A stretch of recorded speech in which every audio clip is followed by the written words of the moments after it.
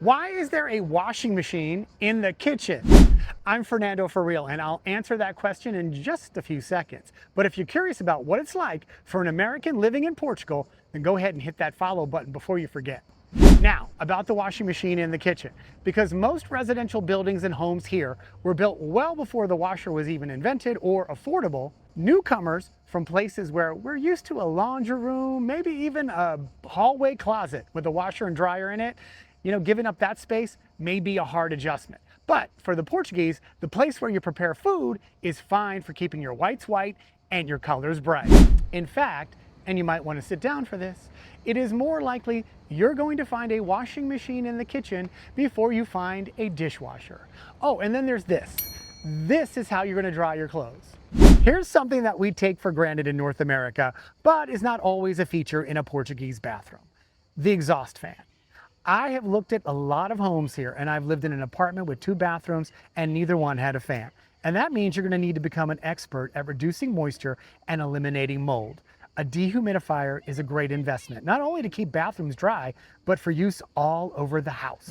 When we're looking for your new home, these are the little details that I'll be looking for to make sure that you don't incur any additional expenses after you move in or experience any culture shock in an unlikely place, like the bathroom, because nobody wants culture shock in there.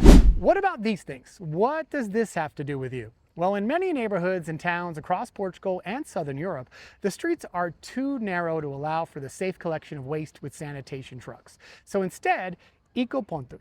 These are deposit points that are set up within an easy walk in densely populated neighborhoods. You're going to see these all over town. This is where residents are expected to bring their rubbish for removal, instead of just leaving it at the curb like you might do now at home.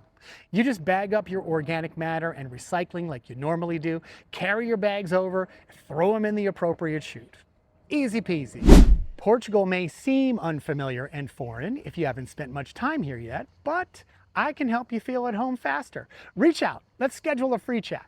Wherever you are on the timeline to moving here, even if you just had the idea when you woke up this morning, because what I do best is find the perfect home or apartment to make your Portuguese home feel that way.